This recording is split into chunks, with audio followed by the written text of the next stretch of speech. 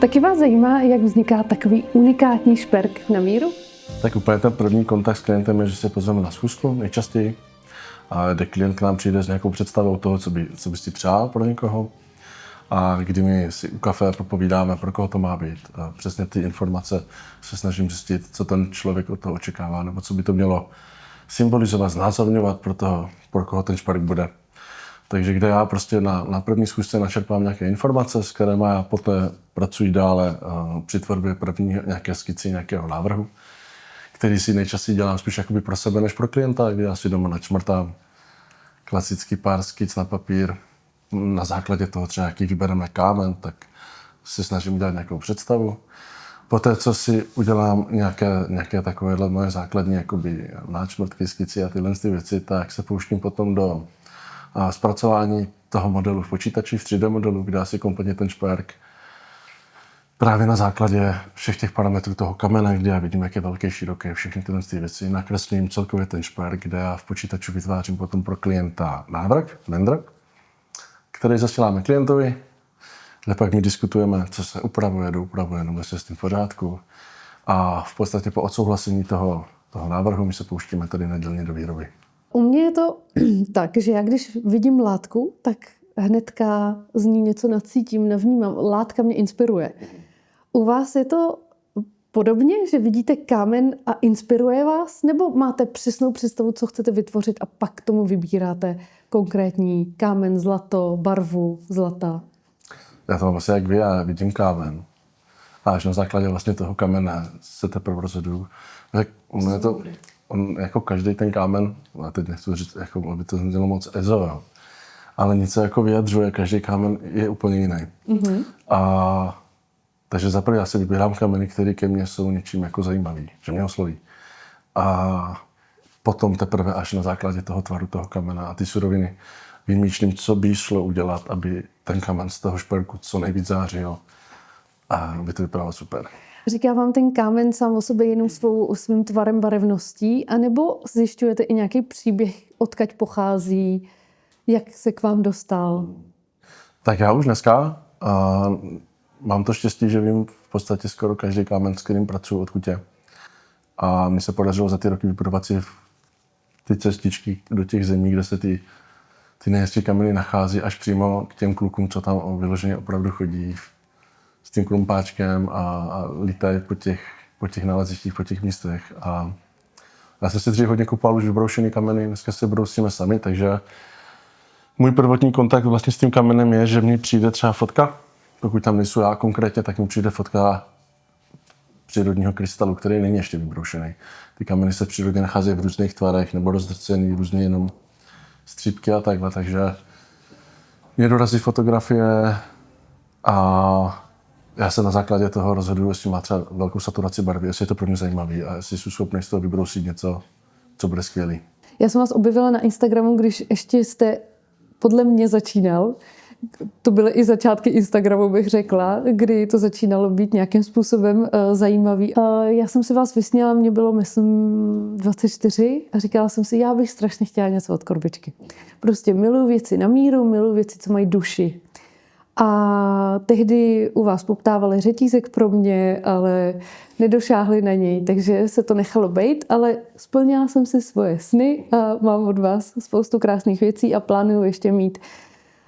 Když bych od vás začínala a chtěla bych něco u vás nakoupit, čím bych měla tak nějak začít, aby člověk si u vás nekoupil hnedka nějaký náušnice, který vytáhne jednou za rok a prostě na ně bude... Na nějaký ples a takhle. Nějaký ples. Ale co bych mohla u vás jakoby nakoupit úplně prvotně? Tak záleží, co byste chtěla, že jo? To je prvotně, jaká je vaše představa o šperku, tak asi většina ženských už má nějaké náušničky, prstenky. Takže za náma přijdou už nějakou zkušenosti toho, že vědou, co mají rádi, vědou, co jim sluší, nebo barevně jaký zlato.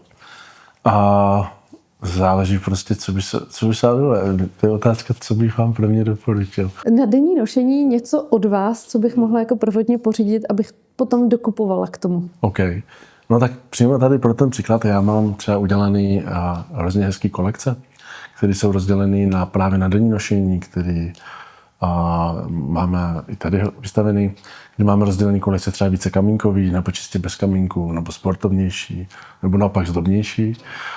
Takže pro tady to jakoby denní nošení, když si chcete jako dokupovat, aby vám to pak dělalo nějaký set, tak jsem vymyslel pár roků zpětně a každý rok, dva vymýšlím něco nového, nebo jak to obnovit, tak máme takový jakoby daily kolekce, kde si člověk může vybrat v podstatě z naší nabídky a může si klidně nechat doupravit, jak už barevně kameny nebo velikostně cokoliv.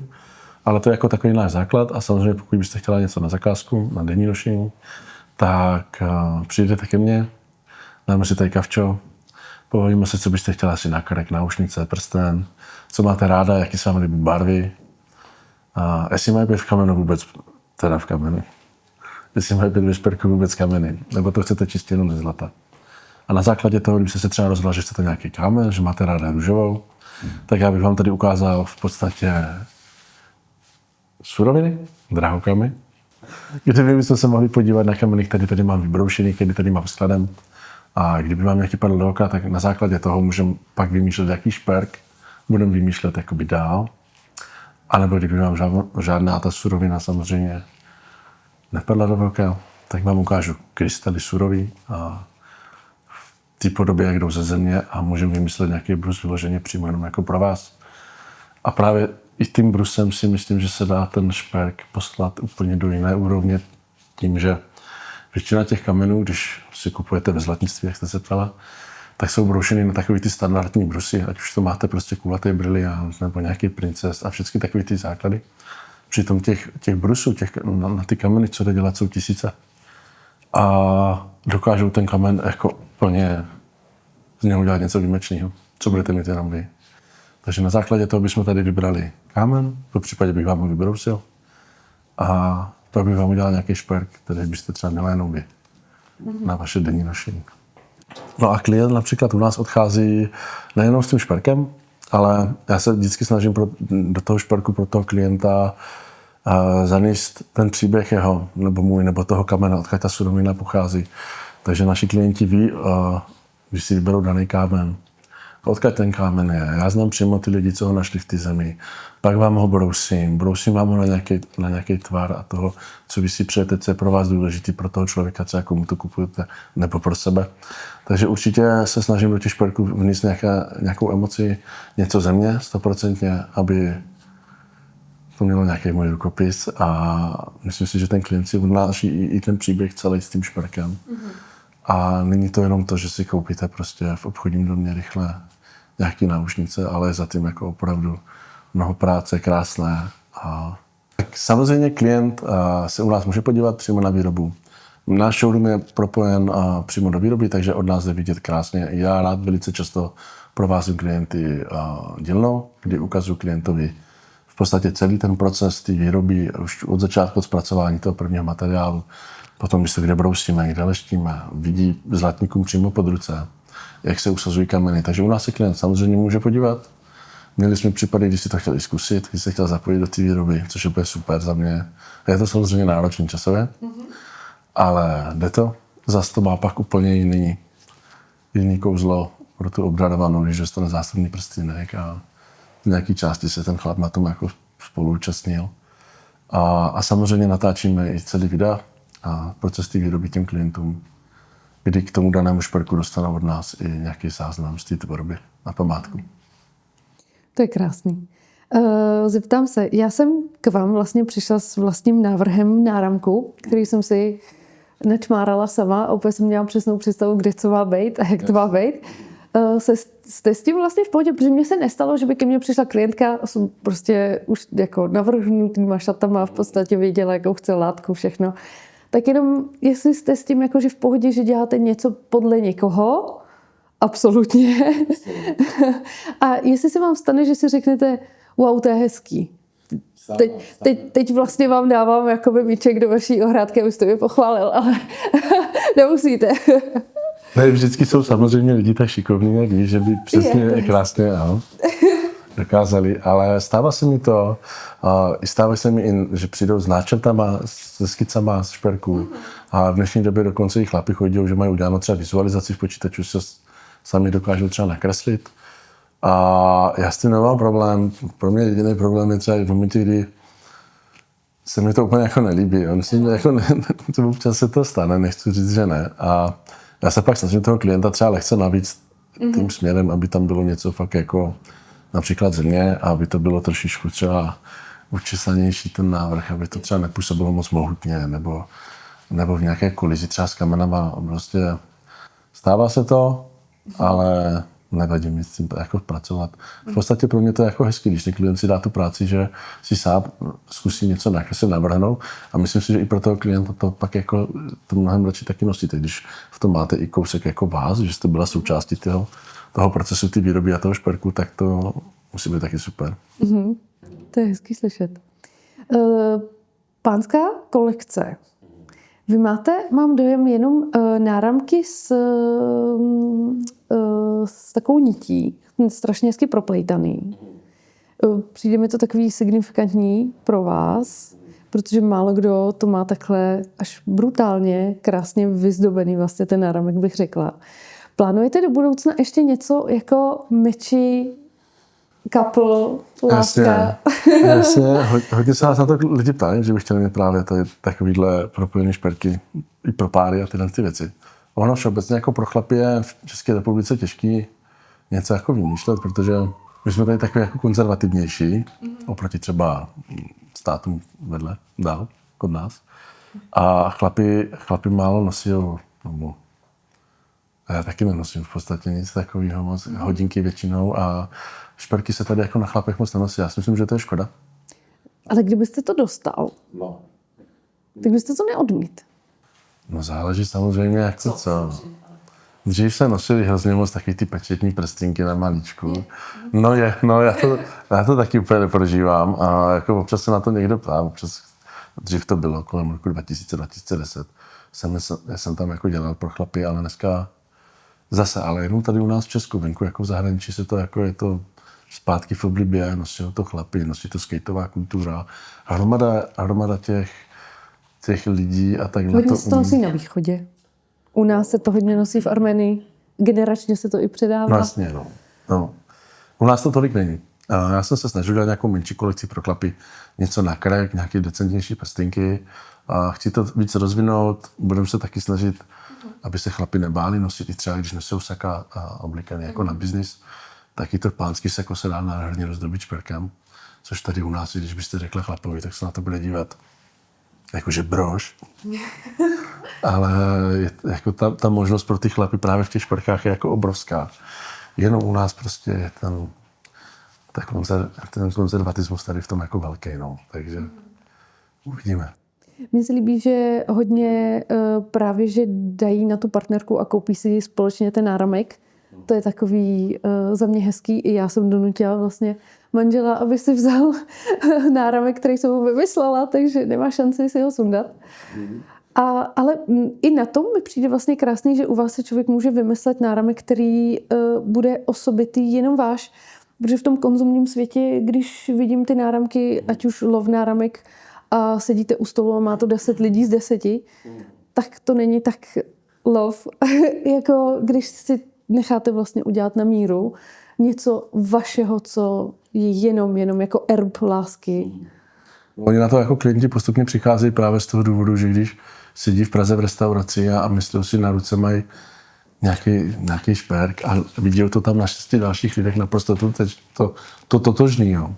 Tak to ztrácí to kouzlo toho šperku, že to máte něčím výjimečný. A přesně nechat si udělat něco na zakázku, co máte jenom vy a váš partner. S nějakou symbolikou třeba, která je v tom šperku skrytá jenom čistě pro vás. Tak si myslím, že je to jako skvělý. A my to děláme docela často, že si klienti nechávají, ať už třeba jméno dítěte nebo nějaký symbol rodiny, jako hromada věcí, jde do toho šperku schovat tak hezky, že tam víte jenom vy, pro vás to má nějaký význam, nějakou hloubku a nikdo jiný to nevidí v tom, takže děláme šperky pro páry a takhle, ale většinou se právě snažíme, aby to bylo něčím jako jedinečný, co má čistě jenom ten pár. To je nádherný. To, co jsme si tady u vás vlastně vysnili a vymysleli a nechali zrealizovat, tak už víme, že potom touží celá rodina. ta vločka, kterou jsme si nechali udělat, je vlastně, protože manžel se jmenuje Mráz, tak mě to symbolicky k němu šlo. A celá rodina samozřejmě očekává, kdy dostane taky erb rodiny a každému dáváme vlastně jiný diamant do vločky, což mi přijde taky symbolicky a krásný, protože já jsem se u vás zamilovala do toho šampaň, tak já tam mám šampaň, manžel tam má černý diamant a plánuju mu potom udělat manžetový knoflíčky, není to žádný tajemství, on to ví, taky s černým diamantem a takhle chceme, aby každý z rodiny vlastně v tom měl tu svoji barvu diamantu, což dceři bych tam chtěla dát malinký ten růžovej a postupně nabývat. Růžový můžete mít i safír, nemusíte mít čistý diamant, protože, jak jsme se bavili o těch argánech, tak oni i malinký jsou jako extrémně drahý. Jakože extrémně. Aj. Ale naštěstí... Takže může být růžový safír. Růžový safír, to je taky velice vzácný kamen, taky není úplně levný. Ale v těchto velikostech to není nic dramatického a ta barva je nádherná. Takže my jsme třeba teďka dělali nedávno známému prstýnek a oni měli v rodině nějaký erb schovanýho hada, který si požíral vlastní ocas. Taková zajímavost, symbolika, jako úplně nějaký dům, kde to bylo i na tom baráku. Tak prostě se rozhodli, že si nechají udělat, tam mají 2 dcery, která dělá pro manželku, kdy máme i takovýhle symboly třeba schovaný v tom šperku. No, s nádherným smaragdem. A ten had tam byl taky tak schovaný, že čistě byl vidět jenom pro něho. Ale taky to pro ně bylo jako velice, velice důležitý. A teď to budou dělat dcerám. Takže dá se buď kamenama udělat to zajímavě, nebo něčím, co v tom šperku je takhle schovaný. To je nádherný. Tím by se měli lidi inspirovat. Já například vím, že značka Jeden velký dům na Pařížské dělal vlastně šperky královně Alžbětě a všem královskému rodu Anglii. A když mi to vlastně partner, jsme se o tom bavili, že to je jako krásný, a já jsem si říkala, no dobře, ale oni už pro nás jako na míru vyrábět nebudou. Já bych si chtěla najít svýho šperkaře a svýho rodinného šperkaře, který by naši rodinu takzvaně oblékal v těch špercích. Jelikož jsem studovala návrhářství a hlavně i dějiny umění, tak se mi moc líbilo, že třeba Van Gogh kreslil pro nějaký rodiny, tím to samý Goethe, že pro španělskou rodinu strašně dlouho kreslil a to byla i taková hlavní jejich náplň práce, obživa a k tomu si dělali ještě to svoje, čím doplňovali pro ostatní smrtelníky takzvaně. A je to pro vás taky takový výjimečný oblékat vlastně rodinu, celou rodinu generačně s erbama? Tak ono to dřív bývalo hodně, že ten šperkař byl v podstatě jakoby rodinný zlatník šperkař, tak jak máte svého rodinného doktora a bývaly tyhle věci. Tak lidé a rodiny měli dřív svého šperkaře, zlatníka, za kterým chodili v podstatě celý život. Nechat si vyrábět šperky, ten zlatník je znal, věděl, co komu se dělalo, co má kdo rád. A bylo pak samozřejmě pro ty klienty mnohem jednodušší, když přišli za zlatníkem a už nevěděli, co pro manželku, tak ten zlatník věděl, co má ráda, jaký šperky si dělali, co by ještě mohla mít. Takže to stejně si snažíme budovat my a ten vztah s těma klientama, aby nebyl jenom čistě o nějakým jednom prodeji z pultu, ale aby jsme měli vybudovaný ten vztah i do budoucna, aby jsme znali naše klienty. Věděli jsme, kdy mají partnerky narozeniny, kdy mají výročí svatby a všechny tyhle pro nás důležité informace a i pro toho klienta, když nám potom přijde, tak ten servis, který od nás dostane, je celý tady tenhle ten balíček, že my víme v podstatě, co komu dát, jak to udělat, aby to udělalo radost a všechny tyhle věci. Takže i já se snažím být takový rodinný šperkař tady v tom. Právě, že na tom je to nejhezčí, to osobitý, že o vás ty lidi vědí a že taková, já u sebe v profesi tomu říkám taková forma terapie módou a u vás je to terapie šperkama.